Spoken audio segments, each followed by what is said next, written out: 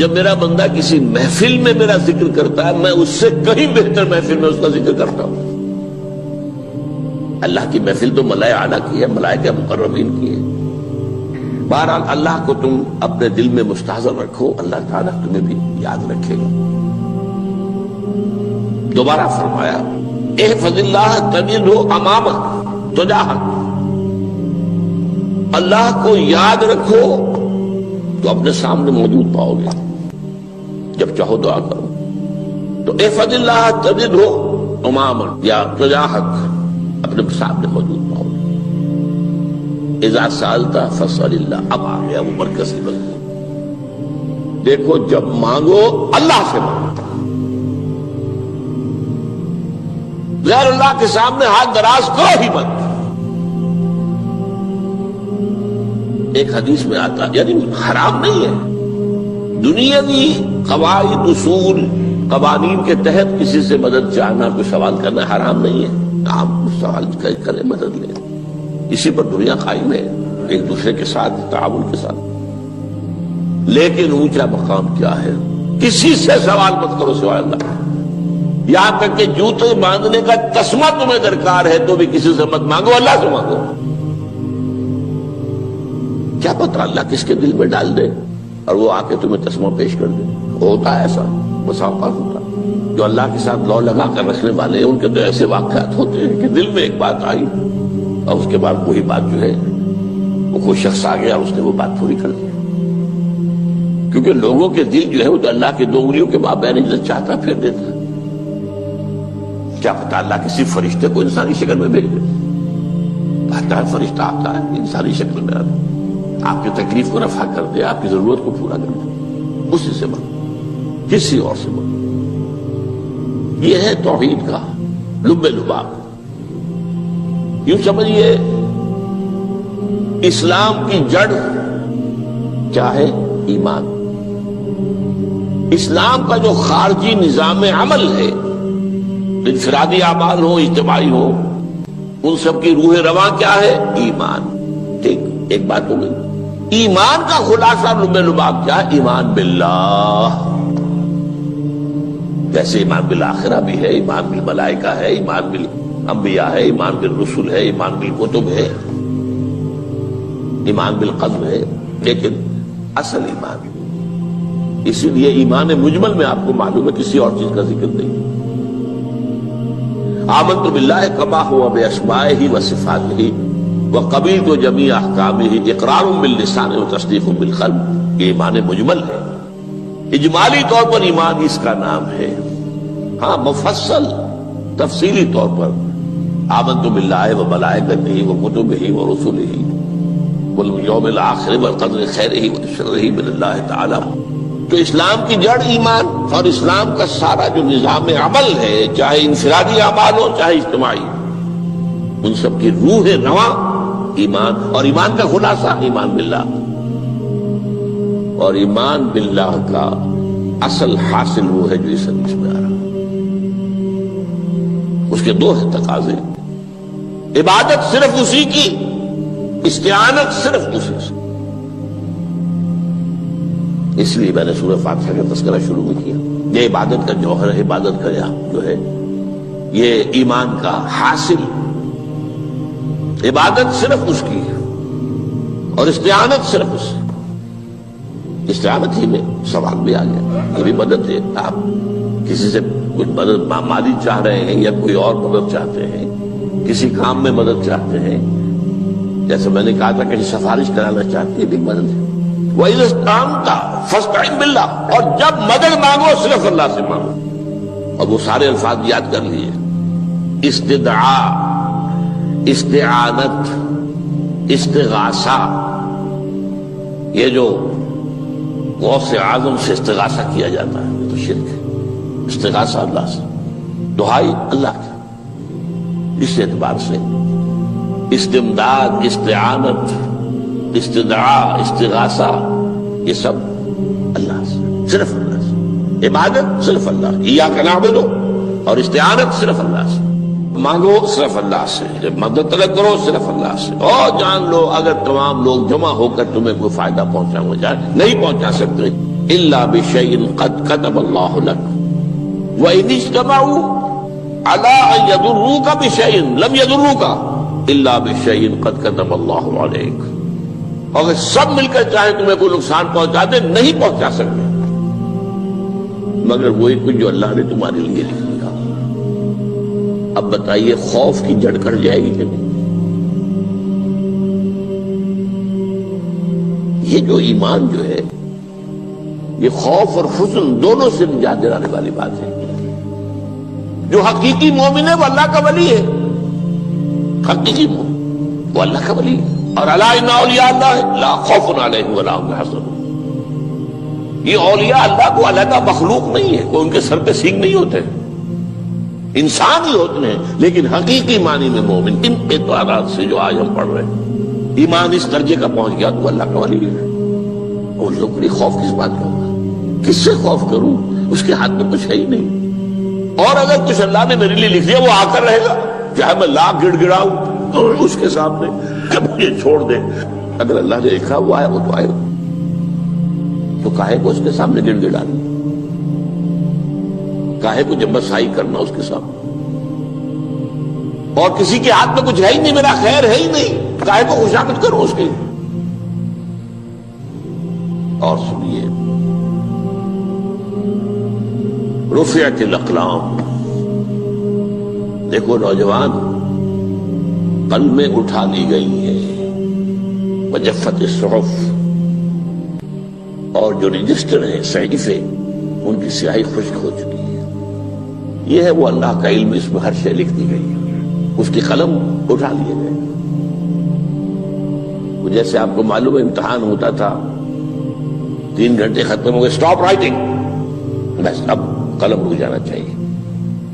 وہ قلم تو تقدیر کا کاتب جو ہے وہ قلم اس کا اب اٹھا لیا گیا, اور جو صحیفے جن پر یہ لکھا گیا وہ خشک بھی ہو گئے. یہ تو روایت ہے جو امام ترمذی نے جس کو روایت کیا, یہ متن ان کا ہے جو ہم نے پڑھا ابھی, اور ان کا قول یہ ہے کہ یہ حدیث حسن صحیح ہے. لیکن یہی روایت اور انہی راوی سے عبداللہ ابن عباس سے رضی اللہ تعالیٰ عنہما اور بھی محدثین نے کی ہے. تو اس میں سے ایک اور متن جو ہے وہ یہاں پر امام نووی نے دے دیا ہے.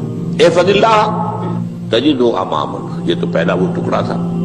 وقت تو جاہک تھا, یہاں امامک ہے, امام مطلب ایک ہی ہے, اپنے سامنے پاؤ گے. اللہ کی حفاظت کرو, اللہ کو دل میں, اللہ کی یاد کو محفوظ رکھو, گویا کہ اللہ کو مستحضر رکھو. ذکر اللہ کے معنی کیا ہے؟ استحضار اللہ فی القلب, یہ ذکر اللہ ہے. جنہیں ہم ذکر سمجھ بیٹھے ہیں وہ ذکر کے ذریعے اقیم الصلاۃ لذکری, نماز قائم کرو میری یاد کے لیے. نماز ذریعہ ہے یاد کا. یہ علیحدہ بات ہے کہ آپ نے 17 رکعتیں بھی پڑھ لی ہو عشاء کی اور یاد آپ کو آئی ہی نہیں کوئی. آپ تو ایک میکینیکل انداز میں جو ہے وہ اٹھک بیٹھک کر رہے ہیں اور آپ کی زبان سے کچھ بھی نکل رہا ہے, تو اس کا آپ کے شعور سے, دل کی گہرائی سے کوئی رابطہ ہے ہی نہیں. وہ ذکر تو نہیں ہوا. ہاں نماز فرض تھی وہ ادا ہو گئی, آپ کی فرض ادا ہو گئی. تو جنہیں ہم نے ذکر سمجھا وہ ذرائع ذکر ہے. اللہ اللہ, سبحان اللہ سبحان اللہ زبان سے, یہ تاکہ اس کے نتیجے میں وہ ذکر حاصل ہو جائے. استحضار اللہ فی القلب, ذکر کے معنی ہے استحضار اللہ فی القلب. تعرف الی اللہ فی الرخاء, اور دیکھو کشادگی کے وقت میں تم اللہ کو یاد رکھو, اللہ کی طرف رجوع کیے رہو, بھول نہ جاؤ.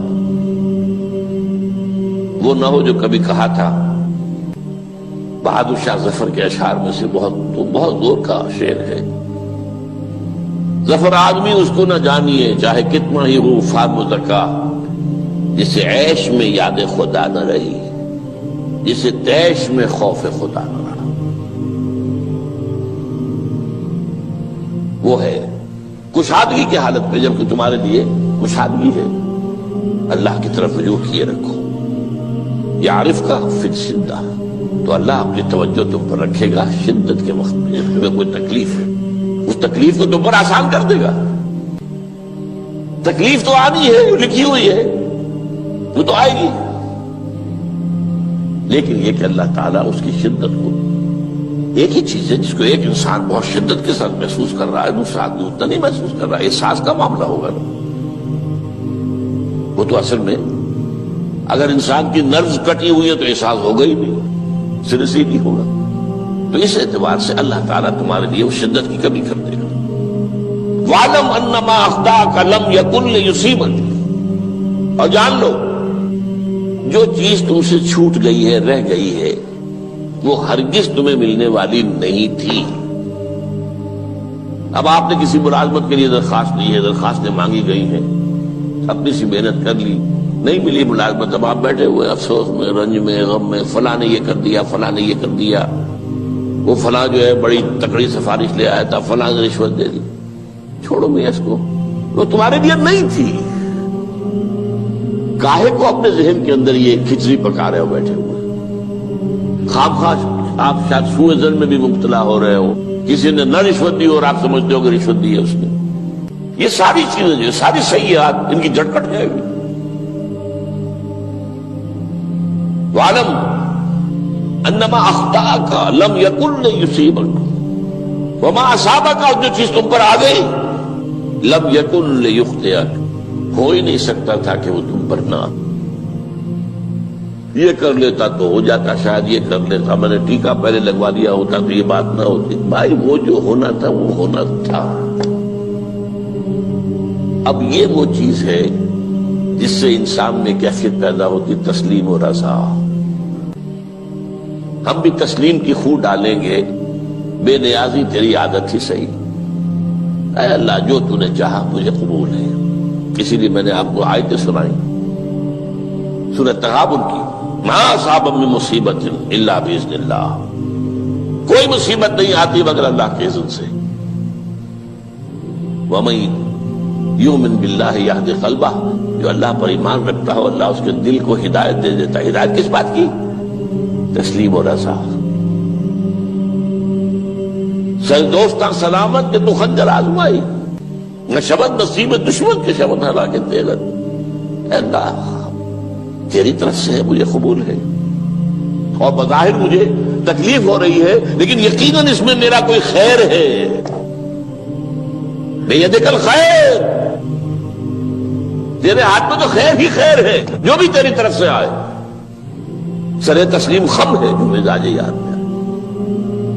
اور یہ مضمون جو ہے زیادہ بڑے پیمانے پر سورہ حدید میں آیا ہے۔ ما اصاب من مصیبت فی الارض ولا فی انفسکم الا فی کتاب من قبل ان نبرأہا، کوئی مصیبت نہیں آتی نہ تمہاری جانوں میں نہ زمین میں، زمین میں زلزلہ آ جانا، سیلاب آ جانا، کچھ اور زمین کا دھنس جانا، یا یہ ہے کہ تمہاری جانوں میں کوئی بخار ہو گیا، کوئی اور تکلیف ہو گئی، اچانک معلوم ہوا کہ انسان کو کینسر ہے اور کینسر بھی اب 3rd stage کو پہنچ چکا ہے۔ لیکن جو بھی آیا ہے وہ اللہ کے علم کی کتاب میں پہلے سے لکھا ہوا ہے، فی کتاب من قبل ان نبرأہا، یہ کتاب میں درج ہے اس سے پہلے کہ ہم اسے ظاہر کریں۔ اس کا نتیجہ کیا نکلنا چاہیے؟ لیکن لا تأسوا علی ما فاتکم ولا تفرحوا بما آتاکم، افسوس نہ کیا کرو جو تم سے جاتا رہے، چھوٹ جائے، کوئی عزیز فوت ہو گیا، کوئی موقع ہاتھ سے نکل گیا، ارے بھائی میں چوک گیا، بڑا موقع تھا، اب اس پر افسوس کر رہے ہیں۔ نہیں، جو چیز دیکھیں، لا تأسوا علی ما فاتک ولا تفرحوا بما آتاک، جو اللہ تمہیں دے دے اس پر اتراؤ مت۔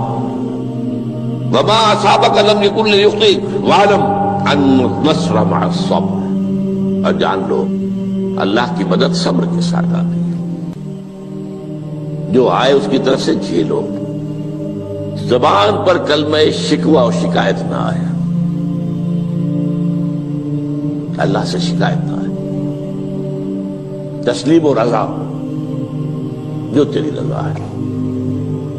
تیری صحت ہمیں منظور ہے لیکن اس کو، مولانا محمد علی جوہر ایک مرتبہ جیل میں گئے، ایک بیٹی بیمار ہوئی، فوت ہو گئی، اس کے بعد دوسری مرتبہ پھر جیل میں گئے، دوسری بیٹی کو وہی بیماری ہوئی، جیل میں اطلاع ملی کہ بیٹی کو یہ بیماری ہو گئی ہے، تو خط لکھا ہے اشعار کی شکل میں، کا آخری شعر یہ ہے، تیری صحت ہمیں منظور ہے لیکن اس کو نہیں منظور تو پھر ہم کو بھی منظور۔ ہم تو چاہتے ہیں میں بیٹی کے تجھے شفا ہو جائے، اسے منظور نہیں تو پھر ہمیں بتا۔ وَاعْلَمْ أَنَّ النَّصْرَ مَعَ الصَّبْرِ وَأَنَّ الْفَرَجَ مَعَ الْكَرْبِ، فرج فراخی کھل جانا کسی چیز کا یہ ہے کرب کے ساتھ، تکلیف کے ساتھ، تکلیف ہوتی ہے ساتھ۔ اللہ نے قانون بنایا ہے دنیا کا۔ اب آپ اندازہ کیجئے بچے کی ولادت میں ماں کو کتنی تکلیف اٹھانی پڑتی ہے۔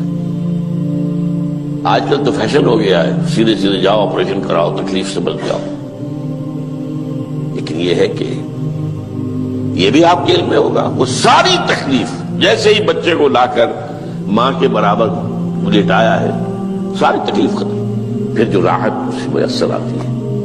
ان الفرج مع الکرب وان مع العسر یسرا، اسی لیے میں نے وہ آیتیں بھی پڑھی تھی، ان مع العسر یسرا ان مع العسر یسرا۔ اس دنیا میں یہ اللہ نے نظام بنایا ہے، سختیاں جھیلنی ہی ہوں گی۔ لقد خلقنا الانسان فی کبد، ہم نے انسان کو پیدا کیا مشقت کے اندر، مشقت تو کرنی پڑے گی۔